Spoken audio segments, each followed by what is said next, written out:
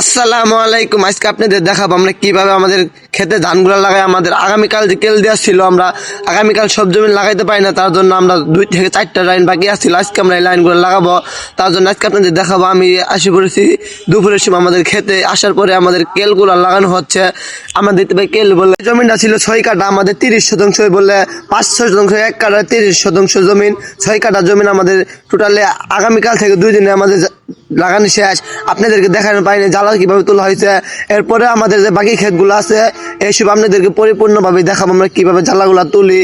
আপনাদের দোয়া করবেন আমাদের ক্ষেত যদি মাশাআল্লাহ ভালো হয়। আমাদের ক্ষেত লাগানো শেষ, আমাদের সাথে যে ক্ষেতগুলো ছিল এরাও লাগানো শেষ। আমাদের অন্য সাইডে ক্ষেতগুলো ছিল, ওই সাইডে ক্ষেতগুলো এখন লাগানো হচ্ছে। আমাদের এই সাইডের ক্ষেতগুলো আমি একাই লাগাইতেছি, যেমন আমাদের আব্বু সবখানে, যেমন আমাদের আব্বু আরেকজোড়া লোকই ক্ষেতগুলো সবখানে লাগাইছে। আজকে আমি এই 2-3 লাইন আছে আমি লাগাইছি যাবো বাসায়, তার জন্য প্রথমে আমি চলে এসে বলেছি খেতে। আসার পরে লাগাইতেছি, আমাদের সার সুর সব দেওয়া হয়েছে, আপনাদেরকে দেখাইতে পারি নাই, যার কারণে পরবর্তী ভিডিওতে আমাদের যে বাকি ক্ষেতগুলো আছে আমরা ক্ষেত আপনাদেরকে দেখাবো।